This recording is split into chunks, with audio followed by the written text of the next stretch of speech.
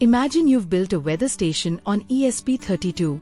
One task reads temperature, another sends updates to the cloud, and another logs to an SD card. If each task worked in isolation, how would they share the data? If you just used global variables, you'd risk two tasks writing at once, leading to corrupted values or missed updates. This is why FreeRTOS provides structured mechanisms for communication and coordination. Without them, multitasking quickly turns into chaos, with tasks colliding or wasting CPU cycles checking conditions. In professional firmware, tasks must pass data safely, signal each other efficiently, and prevent conflicts on shared hardware like UART or I2C. That's where FreeRTOS InterTask tools, queues, semaphores, and mutexes come into play. They give structure and safety to your multitasking design, much like rules in a busy team project. Picture a restaurant kitchen. One chef chops, another fries, another plates. If they don't coordinate, two might grab the same knife, or no one may know when ingredients are ready. This is exactly what happens inside your ESP32 if tasks don't communicate. Tasks need both a language and rules to avoid stepping on each other's work. FreeRTOS offers 3 such tools: queues for passing data like 5 tomatoes chopped, semaphores for signaling like pan is hot, and mutexes for shared resources like only one person uses the knife at a time. This mental model helps you decide which mechanism fits your scenario. Without them, you get timing clashes, missed updates, or full system deadlocks. With them, your firmware behaves like a well-run kitchen, fast, efficient, and predictable. When tasks need to exchange information, queues are the safest choice. Think of a queue like a conveyor belt. One task places items, and another task picks them up in order. For example, a sensor task may enqueue readings, while a logging task dequeues them for storage. Unlike global variables, queues prevent overwriting and ensure first-in, first-out order. You can store simple data like integers or complex structures like sensor packets. ESP32 lets you configure queue length and element size, which defines how much buffering your system can handle. A long queue absorbs bursts of data but uses more memory. A short queue is efficient but risks overflow. Monitoring functions tell you whether your conveyor is flowing smoothly or backing up. Queues are perfect for structured, predictable communication where tasks run at different speeds. Let's take a real example.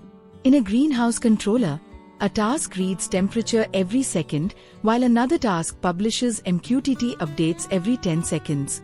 If you used a global variable, the MQTT task might read mid-update, getting half-written data.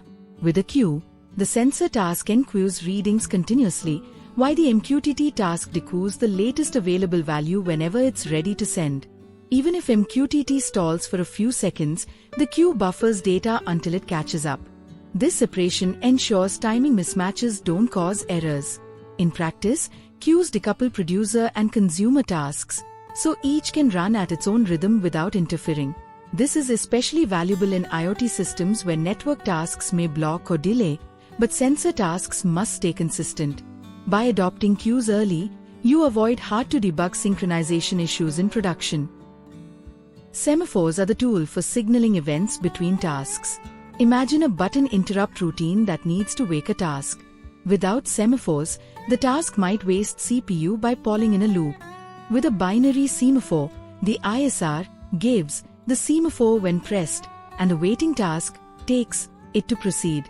No wasted cycles, just instant response. A counting semaphore is similar, but manages multiple slots, like 3 parking spaces. Each take reduces the count, each give restores it. This makes them ideal for resource pools or repeated events. The key rule: semaphores are not for data transfer. They're lightweight flags for coordination. Use them when something happens and you want a task to wake immediately without consuming CPU time in the background. When tasks share hardware or global variables, mutexes keep them safe. Imagine 2 tasks writing to the same UART port. Without protection, characters overlap into gibberish. A mutex acts like a key. Only one task can hold it, and others must wait until it's released. This guarantees mutual exclusion. so shared resources aren't corrupted. FreeRTOS mutexes also implement priority inheritance. If a low-priority task holds a mutex but a high-priority one needs it, the scheduler temporarily boosts the low-priority task to avoid priority inversion delays. The best practice is simple. Anytime two or more tasks can access the same hardware or variable, wrap it in a mutex. Just remember to always release it. Forgotten releases lead to deadlocks where nobody makes progress. Now that we've seen queues, semaphores, and mutexes, how do you decide? Think of this table as your cheat sheet. If you need to pass data, choose a queue. If you need to signal events, use a semaphore. If you need to protect shared resources, go with a mutex. Each mechanism has strengths, but using the wrong one leads to problems. For instance, if you use semaphores to move data, you lose values. If you use queues for signaling, you may waste memory. If you misuse mutexes, you risk deadlocks. Mastering when to use each tool is what separates hobby-grade firmware from production-ready systems. Over the years, I've seen engineers make the same mistakes. The first is misusing semaphores to pass data, which causes random missing values.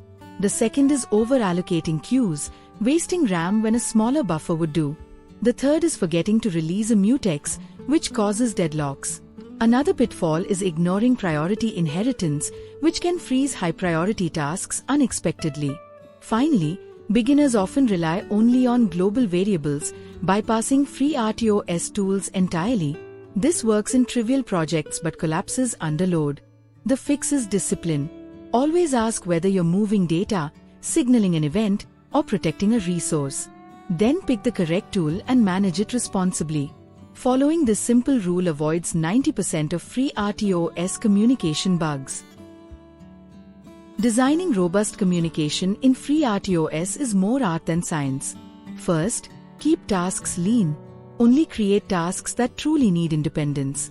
Use queues sparingly and size them based on measured throughput, not guesses.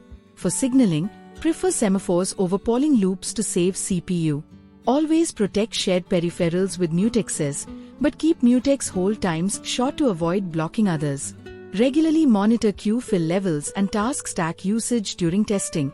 These runtime checks reveal bottlenecks before deployment.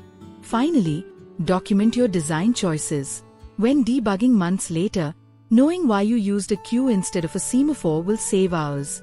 Professional ESP32 firmware isn't just about writing code. It's about engineering predictable, scalable communication between tasks. We've now explored the three pillars of FreeRTOS InterTask communication. Queues let you pass data safely, decoupling producers and consumers. Semaphores give you lightweight signaling between tasks and ISRs without wasting CPU. Mutexes protect shared resources, ensuring data integrity and fairness. Together, these tools transform multitasking from chaos into harmony. The key is asking the right question. Am I moving data, signaling an event, or protecting a resource? Once you identify the need, FreeRTOS already has the perfect tool built in.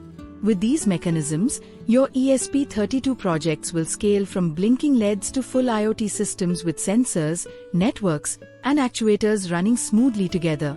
In the upcoming labs, you'll put these concepts into practice, building projects where communication is not just possible, but reliable and professional.